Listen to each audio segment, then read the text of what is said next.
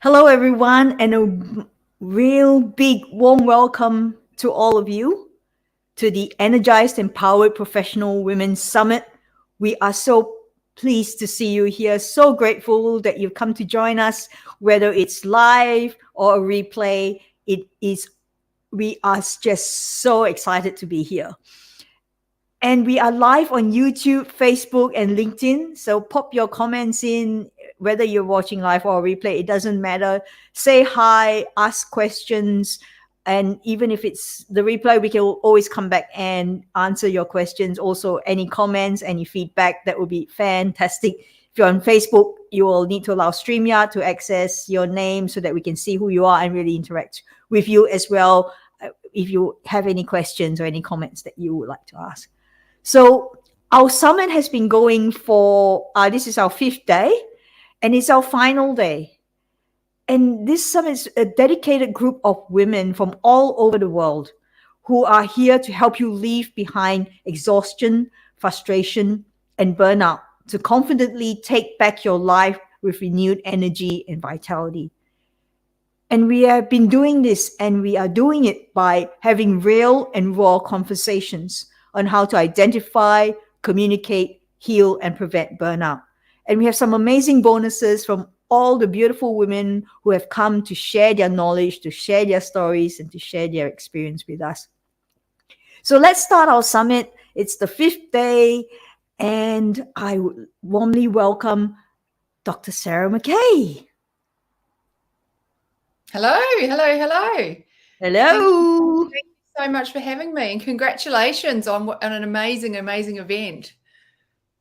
Oh, thank you so much. Thank you. Especially getting you're right at the end now, so it's an enormous achievement. So, oh, thank you so much. And what I'm most grateful for is all the beautiful women like you who have said, yes, I will do this, and I am and generously doing this for free because we need to get this information, this conversation out to as many people as possible. And the comments and the emails I'm getting for people was like, I never knew I could have this conversation with anybody safely. I had no idea of these little things that was happening to me, that was so much part of contributing to my burnout, contributing to how I walk in the world and how I behave with my relationships. And a lot of it is, I know it's not 100% my fault, and I have people out there to be able to talk to. And this is so important. I think as humans, we need each other. We just can't do this by ourselves. And so here we are, and we're talking to Sarah today. We're having a chat about women's brain health and how to build tolerance to uncertainty. And I came across Sarah when I being a nerdy scientist, I realized that we could, rebuild our brain and not rebuild our brain. What I'm talking about, but we have neuroplasticity, so we can there's everything about that with different. We think, we're behaving in a certain way, we're this sort of person, and we can't change. Well, we can because we are capable, and our bodies are capable. And I learned that personally. So I thought I would love to have someone who could articulate that more fluently, more capable than I could. And so I came across Sarah's work, and I reached out to her and say, hey, could you have a chat with us, please? And she said yes, and I was jumping for joy. And so I'm just going to introduce Sarah. She's Dr. Sarah McKay. She's a neuroscientist and science communicator who specializes in translating brain science research, into simple, usable strategies for peak performance, creativity, health, and well-being.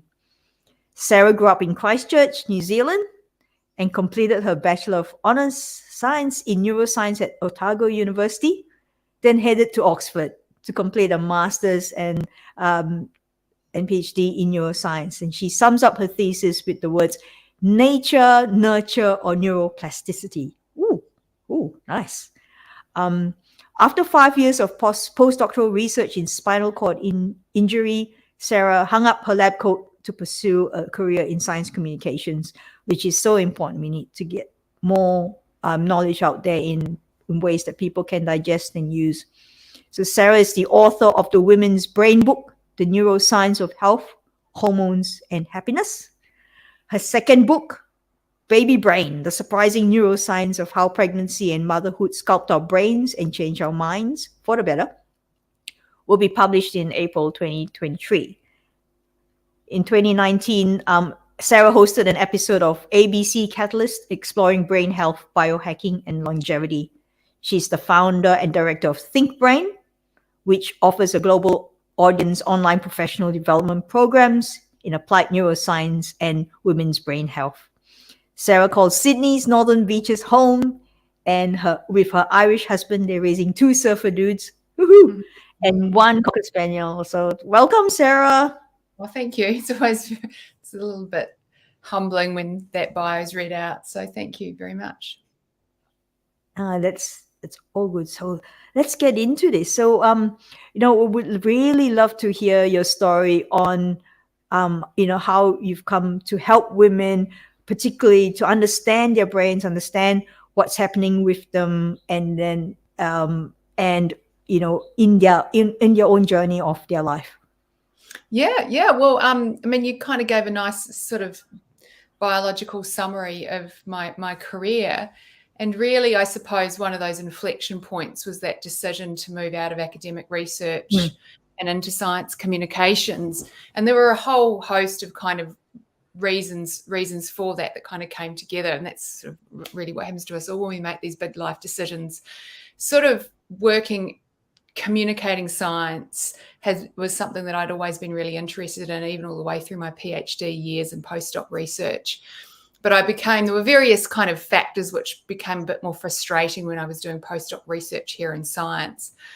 Trying to get funding, publications, all of that aside, I really loved being in the research lab, and I loved the people I was surrounded by. I loved being an academic. But one of the things that I really noticed was that the further along in my academic career I had to become an expert in almost nothing. You have to focus down and to become so niche. And I just really missed learning. And there was a real deficit of learning about new things all of the time. When you're becoming an expert, you're so focused on a narrow space. And there were various other aspects of life as an academic which were frustrating. So I finally worked up the courage to make that big leap, and I've never looked back. I do miss the people that I was involved in research, being in that academic intellectual environment. I loved that, and I do still miss that. But I moved into science communications, and I was pregnant at the time, actually, with my oldest son, who's now nearly 15. So it was 15 years ago now. Wow. And I've kind of worked in various aspects of professional development training, doing a lot of stuff like Royal Colleges here, and Royal Colleges of GPs and surgery and psychiatry, etc., doing kind of professional development training programs for them, and then decided to sort of set up my own business, teaching neuroscience to people who wanted to learn more about that, whether they be therapists or teachers or coaches or just professionals in general. And then an opportunity arose to write a book. I was rung up one day by a woman, Jean Rickmans, who is my agent, my book agent. It sounds very important when I say agent. She's my book agent. Saying, do you want to write a book? And I was like, no, not really. I once wrote a PhD. It's really hard work to write books. And I don't have an idea. And she said, let's meet anyway and have a chat. And she started asking me various questions about what I'd written for an audience that had really resonated. And that was an easy question to answer, because at that time I was working for doing some writing for the ABC here in Australia. And I'd written an article on menopause and brain fog. And it had this enormous response. Essentially, the article was saying brain fog with menopause is pretty common. You're not getting Alzheimer's or dementia. And looking at some of the reasons. But this was kind of 2015, so there was still quite a lot of gaps in the research. And she said, I'll write a book on menopause. And I was like, early 40s. I was like, I don't want to write a book on menopause. by my mum. And then she said, oh, what about baby brain? Is baby brain a thing? And I was like, oh, that's just, I don't think that's real. I never heard of it. I never experienced it. But then as we were having that conversation, I realized there were so many aspects of women's health that I had never before considered through the lens of neurobiology. And look, for a very long time, I used to say that's because there's so much going on in neuroscience and it's so broad and deep, and I just kind of missed it. But it turns out actually back then, there wasn't a whole lot there about a lot of ideas that I think are really relevant to women's health. Yep. Neurobiology just hadn't kind of caught up, and there's lots and lots of reasons underlying that. Yep. And so I decided to write this kind of book looking at the sort of the lifespan, I say womb to tomb, looking at each point, from in utero life, infancy, childhood, puberty, motherhood, menopause, and aging, and take a look at how our brains change across that. Yes. And it's been so exciting for me to learn new things, because I was not an expert in the space at all.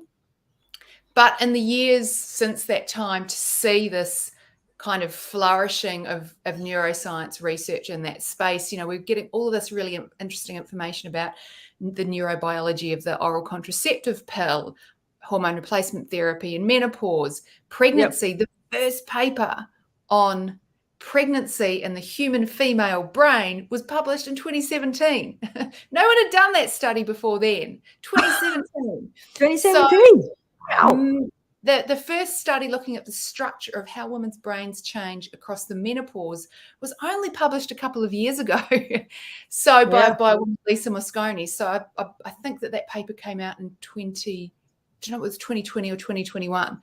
So this field is so new and so exciting and so relevant. And it's just, I think it's really important to get these messages out, because of what it does. It doesn't just empower women. It doesn't just bust myths. It gives people real information to make good decisions on about their health and well-being. Yeah, it's a really cool. It's just a really amazing space to be involved in. I couldn't be more thankful that I kind of landed on my feet here. Yeah, it's absolutely. That's why when I came across your work and what you were talking about, I had to ask you if you could have a chat with us in the summit, because it's so new and so relevant. Yes, so important. It's so important. Women's health is not a niche. Women are not a niche. I think that's really, really important. And for a long time within biomedical research, we were. And even now, you still see reports coming out about various recommendations for things to do for health. And then you read the fine print and you go, oh, actually, there was a study in men and it doesn't work in women. But women are just, it's almost the people who it works in are the people, but not the women people. And it just, it's there's so much room for really good conversations for us to, be involved in. Yes, absolutely. And this is kind of the start to raise people's awareness all around that. So I'm really excited that we are here to chat about this, at least to start this conversation. So, speaking of, women's brain health and what you've looked at in the research and what you've talked with many, many different people as well, what you've talked about how our women's brain, and you've looked at it from like our brains go from conception all the way up to womb to could you give us a brief, I don't know how you do that, but I can. I'll try and summarize it as best I can. I think whenever we're talking about the brain, the way I always like to say, let's think about the brain and all of the various factors which influence it at different stages through the life. How can we simplify something as complicated as that? People may be familiar with the biopsychosocial model. Well, my model's kind of loosely inspired by that, but it puts the brain in the middle. So we've got a brain in our head and it's receiving constant streams of information from the world. And so first of all, we think about the bottom up signals that are coming from our biology up into our brain. So our brain and body are in this constant conversation. They're not separate. They're the same thing. But the brain is constantly receiving information about what is going on in the body. And some of that we are consciously aware of. So you might have a sore back or a full bladder. You're pregnant. You can feel the baby moving. You're hungry. We receive signals that we're aware of, but there's also a whole host of signals that we're not necessarily necessarily aware of. Things like, the pH of our blood, or particular hormone level, or, an immune system response. Totally unaware of that. But the brain is receiving that data and making meaning of that information and sending signals back. So there's a constant conversation from our bottom-up body. So hormones are in there, immune system's in there, the food we eat, how we move our bodies, or anything biological. But our brains are also receiving a constant stream of data from the outside world.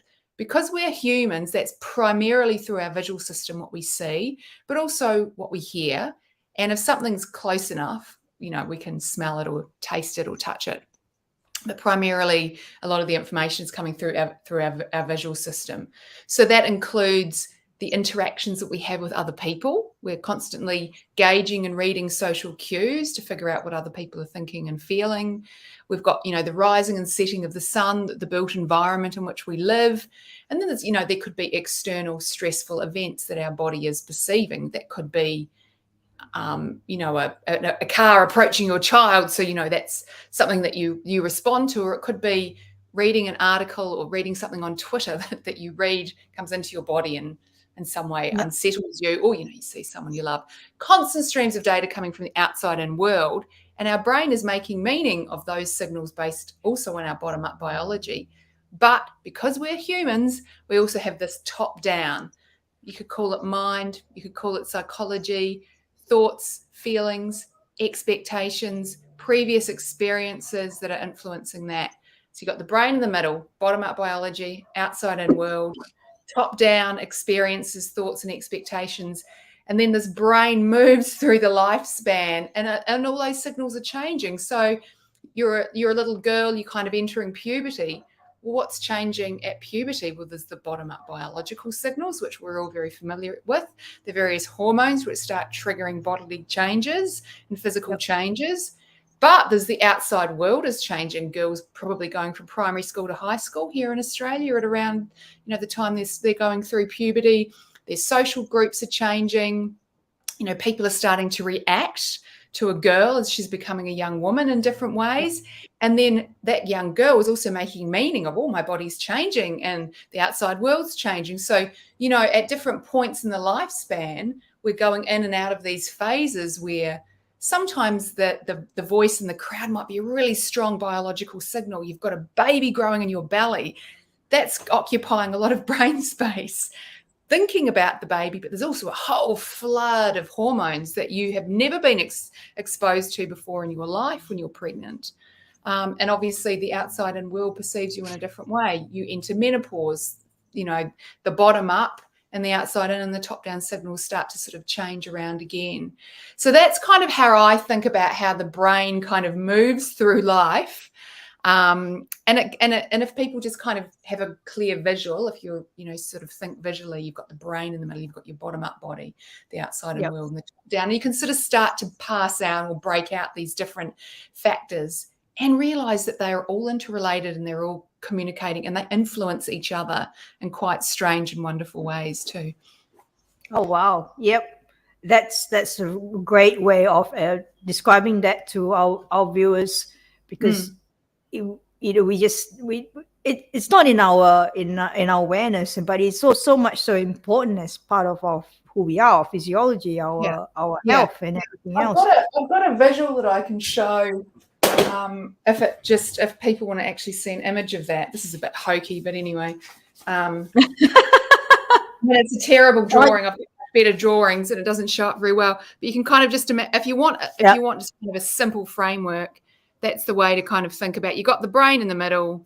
You've got your bottom, your bottom up, your top down, and your outside in, and the brain sort of sits in the middle, processing all of that data and information. And it gives us a way of, instead of going, what matters more, or it's, it's hormones, or it's the patriarchy, Mother Nature versus the patriarchy, what is it? It's never a competition. It's never either or, all of these signals are coming in. Yes. And we make different meaning of it at different points in time, depending on a whole host of things, context, the signals themselves, previous experiences, etc. So all these then will contribute to, so in your experience and opinion, like when someone is undergoing or going through burnout, what's happening? They're getting all these signals, and they're what we call triggered, and then they go into fight or flight mode, and they're very fear, stress. That sort of, we use all these words. For sure. I mean, burnout is complex, right? Because it's pretty much defined within the workplace space. Yeah. We talk about it loosely, but it's kind of clinical definition, or it's kind of emerging clinical definition really is within the workplace. So if we just to sort of talk about burnout in the workplace, you've got a brain inside a body, inside, sort of what is that woman experiencing that's led her to this state of burnout? And typically we're looking at we can leave the biology and the basic fundamentals of health aside for a bit, because a person may or may not have been taking really, really good care of their biology and still experience burnout. Because burnout may be the constant stresses that are coming in, the perceived kind of pressures and stress that are kind of coming in from the workplace, from other people, from other managers, from various projects and expectations that are kind of coming in. But we're making meaning of that with our kind of our top-down mind, our thoughts about that, our emotional responses to that, our previous experiences of that. And a very large part of burnout, from my understanding, I'm going to have to close my window because there's a go for your life. Yeah, go for your life. Sorry about that. That's all right. So when it comes to a large part of what I understand about burnout is these expectations we have of ourselves and that ability to have some kind of sense of agency or autonomy with how we manage them. And a large degree of that experience of burnout comes from the inability or the perceived inability to have any kind of agency or autonomy within that kind of space. Mm-hmm. Because when we're not within the workplace, we have a little bit more, depending on your workplace, of course, you may have a little bit more agency or freedom or capacity to be able to choose how to respond to these various pressures, or, as my mother says, you're always juggling glass balls, perhaps to put one of them down for a while and pick them up later when you're, able to. So, we've got these external pressures, we've got the meaning we've made of them, and different people are going to make different meaning of all of that. And what happens when we kind of get ourselves in a state where we're kind of fighting the system, we don't have a sense of agency, we don't have a sense of autonomy and choice over what we can do next, we kind of get ourselves into a state of uncertainty. And that's perhaps the best way to sort of describe the inability to be able to figure out what to do next.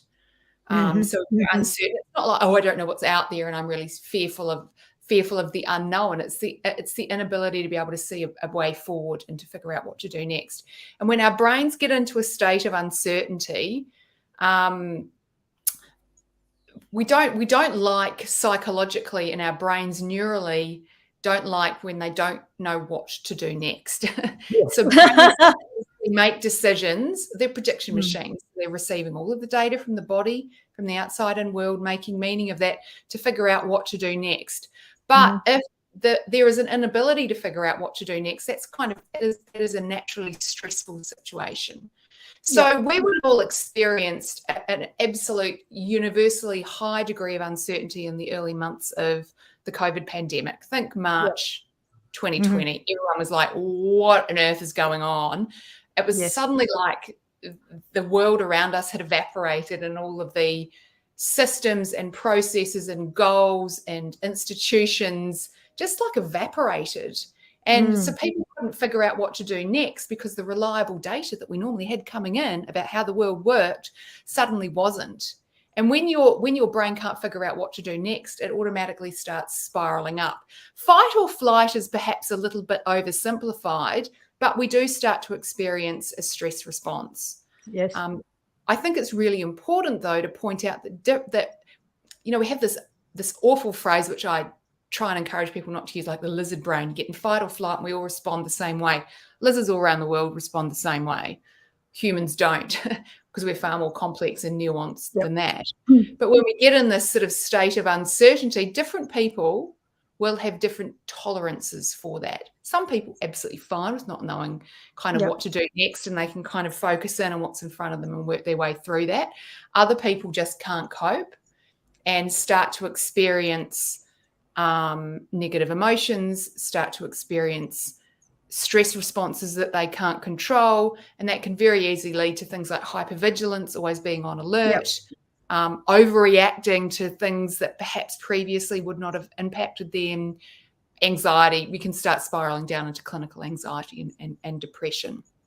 And we can sort of start to consider the brain and how it's responding like that and think, well, what do brains need to build tolerance to certainty? We can look to, well, who are the people that are really good at, coping with certainty? My husband's pretty good with, he's got high tolerance to uncertainty. He's very kind of calm and measured. And if he doesn't kind of know, he's like, that's okay. I can focus in on what's here in front of me. And he's very regulated. So we can look at what people who cope do, or we can just take a pure neuroscience approach and go, what do brains need? They need reliable information coming in to allow us to put certainty back and make appropriate decisions to move forward.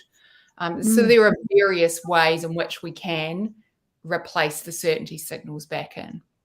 Okay, so you're talking about replacing those signals back into the brain, so that you're getting signals that we can then process and put the brain back in a state of certainty and move it out of a state of hypervigilance and uncertainty. So you've got to kind of think very carefully here. If you are in a workplace and you are experiencing burnout, that's when you sort of start.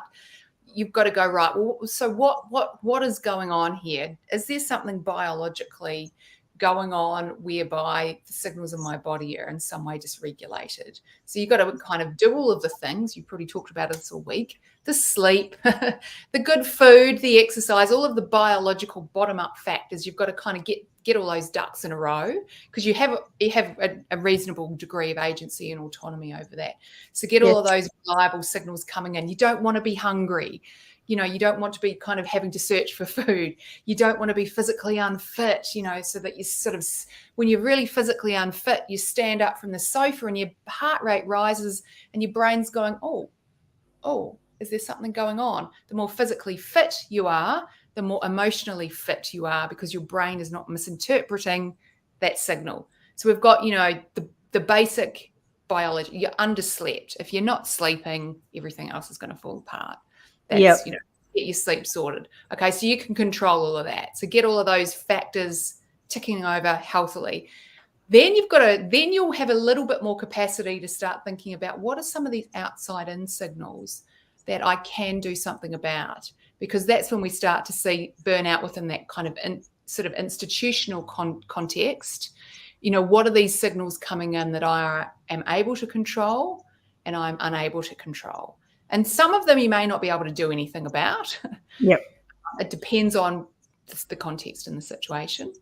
A number of years ago now, at the end of the year when my first book came out, I don't believe I was experiencing burnout, but I was really starting to feel frazzled, run down. I started to develop really weird social anxiety because I had been spending so much time being on stage, being one version of myself.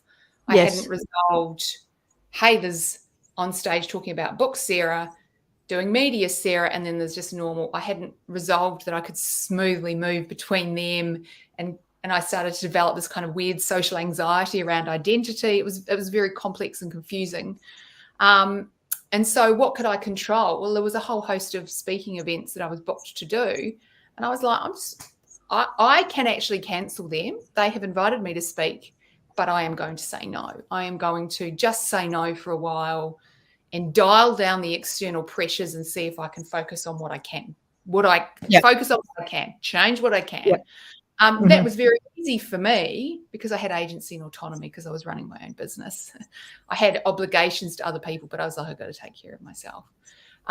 So you've got, what can you control from the outside? And we can't always do that.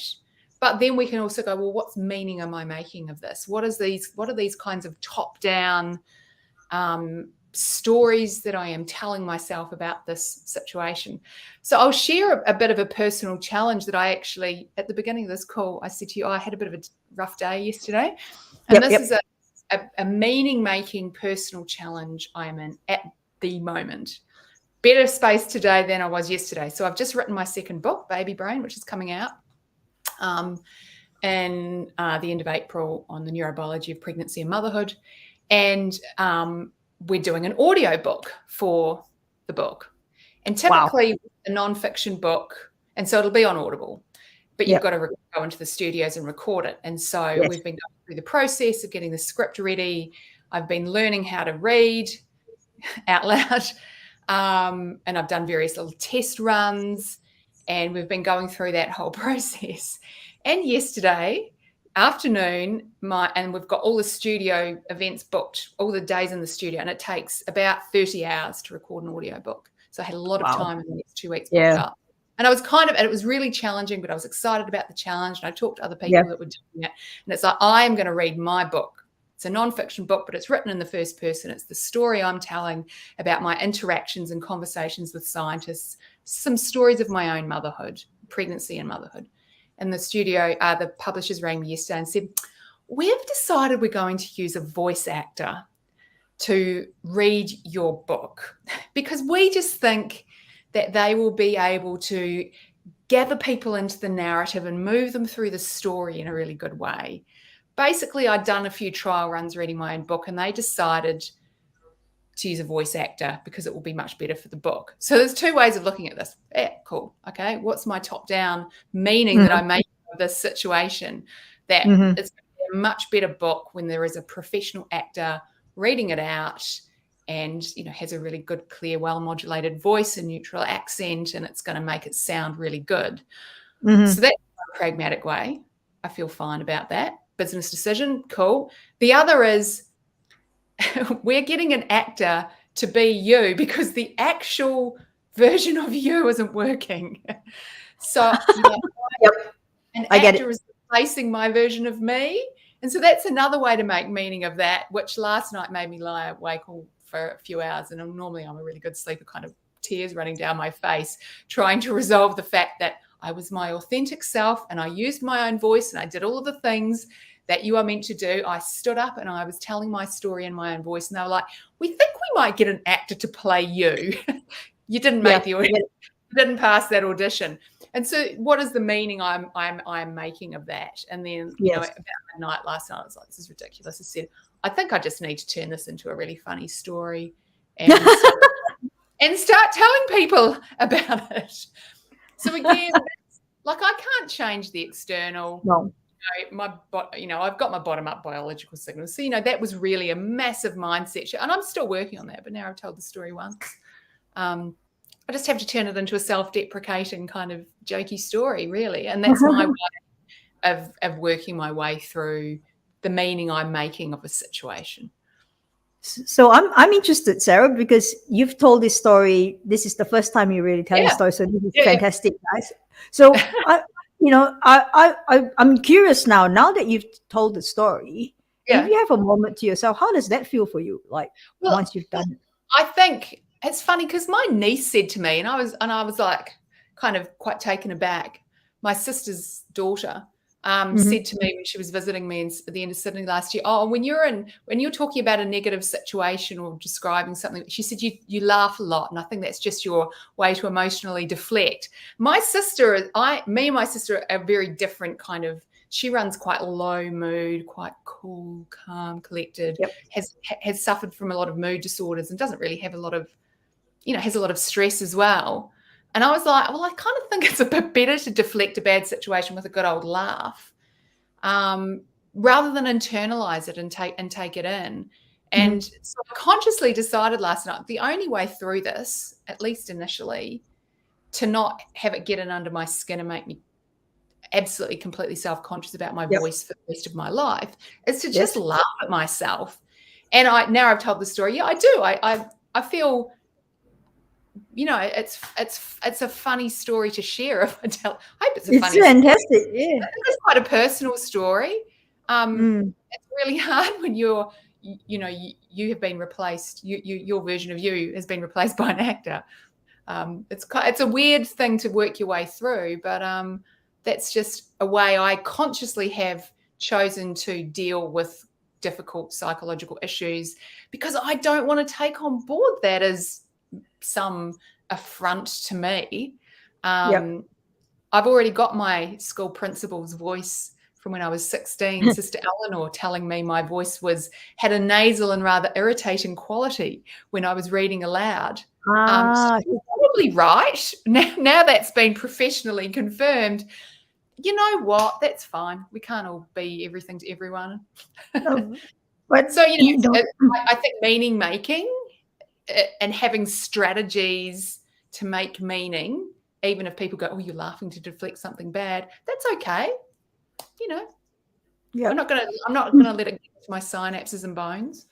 But it's that choice to make that change in the meaning of something, so that that is something you can control within yourself, and it not control in a bad way, but to help your whole system and the whole body mind, everything, to the whole neurophysiology. In fact, even laughing, even if you laugh with, you're talking about laughing has been shown to release all these different chemicals in your body, and so you're helping your body to rebalance in some ways from your initial I don't like this, to this is to something that's more balanced. And then I guess you this is a step in how to build tolerance, as you've always said, tolerance to uncertainty. And also this, there has to be a degree of self-awareness in this, and how have I responded in the past, what meaning am I making of this, and how am I going to choose to respond in the future, and knowing I could be offended by having myself replaced by an actor, and I could take that on board, or I can make a completely different meaning of that. And knowing in the past, hey, what happened other times I did or didn't do this, and what are the consequences, and just being really quite self-aware and making a conscious decision to respond in a different way that is going to be more beneficial going forward. And consciously, that's it. This is how I'm going to choose to respond. And there's so much agency that comes from that. And that's just, I sometimes think that women feel we can't. I've had the choice taken away from me. You don't. You've still got that choice on how you choose to, use your mindset. I can't do anything about the external decision. It was removed from me. I had my agency literally taken away, but that's okay. So, I'm not going to burn out over it. Absolutely not. I've got to pull myself back together and go and do TV and radio and podcasts about the book coming up. And they're not going to get the actor to do that. But here, what we're bringing into here again is that whole change in physiology. Once you've made that decision, your whole body actually starts to then process things quite differently. And I think I've been to some Tony Robbins events, and they speak about change. How you change your emotional state is through change in physiology, change in language, change in focus. Absolutely. And so what you're talking here is, and that changes your whole body, mind, your whole neurophysiology. And you can decide to do that. And this is not the worst thing that's ever happened to anyone at all by any stretch of the imagination, but it's quite a strong challenge to my sense of self. Yes. And that's kind of an interesting, and I suppose this is one of the gifts that neuroscience gives to me, is the ability to be able to kind of intellectualize it, and that depersonalizes it, and it almost becomes like a project I can stand back and work on instead of being inside me. I can go, oh, hey, how can I approach this using the skills and tools that I have from neuroscience? And that's a gift that the science has given me to understand more about myself, and also raising my children. It's given me so much insight into raising teenage boys. And then we haven't even talked about things like women's health. Yep. And that's another whole chapter Yeah. on. We need another session. But I don't know I was going to tell this story, so we just go along and see what Yeah. comes up, and this has, and I think this is really important because we're bringing in this neuroscience and also stepping back as a third person, looking at something and say, okay, what tools I have available to help me do this, rather than being emotionally in the position. Now it's easier said than done, of course, and we need to process. And that's why I say you've got to get your bottom up signals sorted. You Yep. don't want biology to be running you down. Yeah. And if you've got that strong foundation, sleep, you've got to get your sleep, get that, then build on the others on top. So if you can sort that out as well, then you'll have more energy and capacity to do the other harder work. Exactly, because you're not being bombarded with all these different externals that you can't control. So and these are baby steps. We're not saying you need to get all done now. No, even just having a bit more rest, and not necessarily just sleep, but a bit more rest. And instead of running around or just reading a book, or just even sitting down for a little bit. Yeah, actually, I'm sure you've talked about saying no. Like I have said no to some big opportunities. And you let people down, but sometimes you've just got to do that. My mother says you don't want to. My mother has a lot of stories and analogies, but I'd rather put something down gently and pick it up later than drop it by accident and smash it. Yep. No, that's a really good analogy. So definitely, So thanks, Sarah, for this is an absolutely amazing conversation. It's like therapy. It's quite therapeutic for me. Yeah.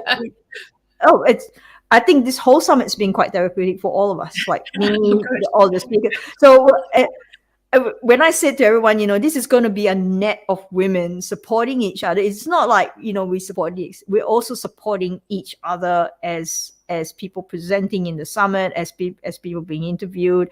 All of this we're all together in it, and we're supporting. So it's like, oh, what's going to happen? I don't know. It's gonna be fun.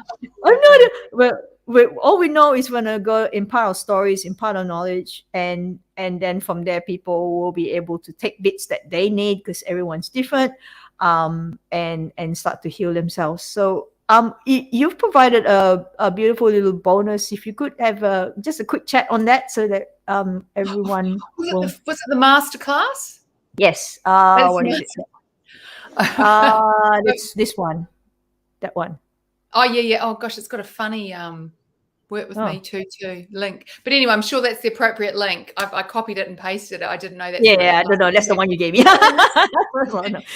it's really the title, I think, is Principles of Neuroscience. Every coach should know, but really, I mean, all of us work in some capacity, helping other people, coaching other people, whether it be our kids or our husbands or our, the people that we work with.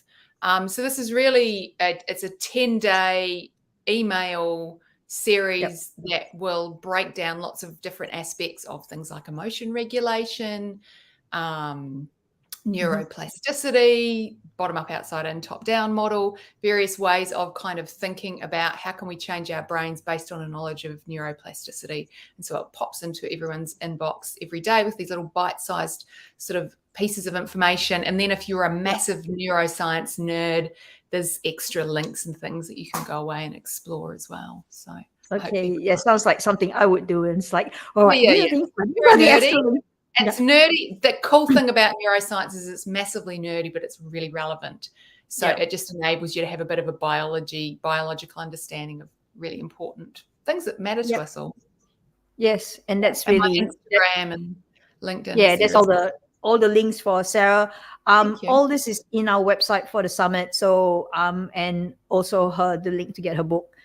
It's all there. Just go there. It's all there. Yeah. And follow my book. And if you listen to the Audible version of my book, you'll be able to you'll know the backstory. And I will be saying, do you know what? To rub salt in the wound. Today, I have to listen to all of the auditions of the other the potential narrators. Oh, really? Choose the one that I think will sound that will be performing me. So if people listen to the audio version. It will not be me. Then there's some, I guess you'll have a few giggles tonight over that too. So, Yes. thanks so much for your time, Sarah. Really appreciate that you're here today and that you're sharing your wisdom and your stories, which is really, that's what helps us to connect with each other. So thank you so much. I really appreciate you. Yeah, and if this resonates with you, or if you know someone who would love to hear this, please share this video with them. These resources are free for everybody, and the recordings are free, so you can watch it in your own time. And from me, Vanessa Mollard, and from Sarah McKay, and all our beautiful speakers who have come on board in the last 5 days, we thank you for tuning in to the Energized Empowered Professional Women Summit. Much love. Thank you.